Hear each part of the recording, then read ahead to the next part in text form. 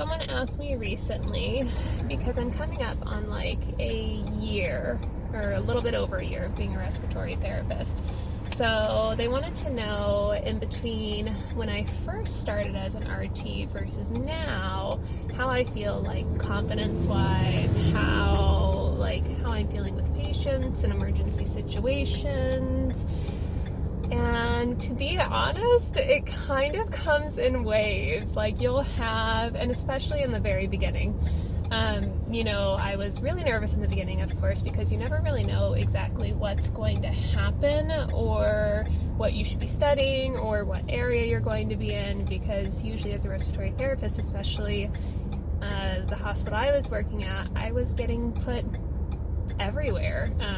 My very first day by myself was in ICU, neuro ICU, so that kind of, threw me off. And then the rest of the week, I think I was in ICU, and sometimes on the floor, sometimes in our intermediate care units, the cardiac units. I don't think I went to trauma initially, but it wasn't really that far after getting off of orientation as a new grad that I was down there. So it was kind of just like this whirlwind of information and experiences, especially because I started kind of right around the beginning of the flu season, which is a very busy time. So it was just a lot of information and a lot of action all at once, and it was a lot. I'm not gonna lie. I was nervous, I was excited, but I was also so fresh on knowledge from school that a lot of it just was coming right back to me as I was going through experiences.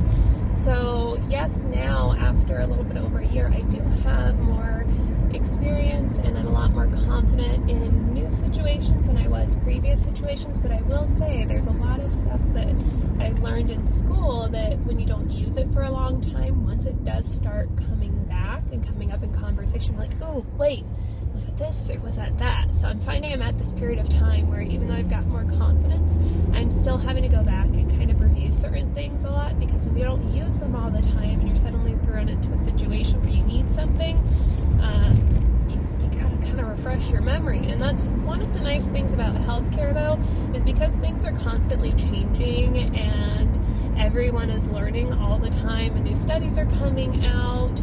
Everyone's really receptive to that. So if you have a question, ask somebody. Everybody has questions. No one's perfect. Nobody is a walking encyclopedia or a walking medical study. So sometimes you have to look things up. Sometimes you have to reach out to other people in your area, or have a conversation with your physicians, and that's absolutely okay.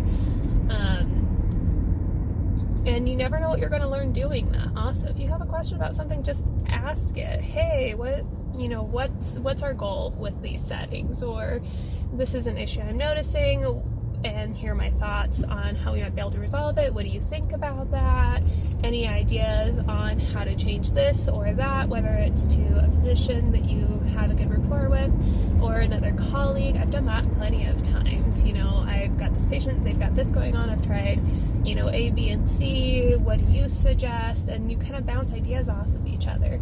So even though you do have that extra confidence, I think there's something special about being in the field for a while, where even when you don't know everything, that you're still comfortable asking other people about it and kind of learning, and you're more confident in your areas that you're lacking in or experiences you haven't had yet. Because I think, especially as a new grad, like a brand new grad, I'm still technically a new grad, I guess. A lot of people say you're a new grad for the first 4 years.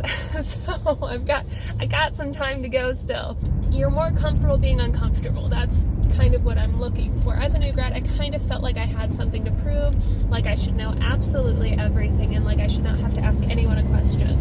Which I still ask questions, but God, I would just kick myself, like, why didn't I know this? I should be perfect. I should, have Egan's memorized from front to back, including all of the references and the page numbers. What is wrong with me? I'm not perfect. So, as a new grad, I really felt that pressure, because especially working at my hospital, there are a lot of really experienced and seasoned RTs that are really up to date on what's happening in the field.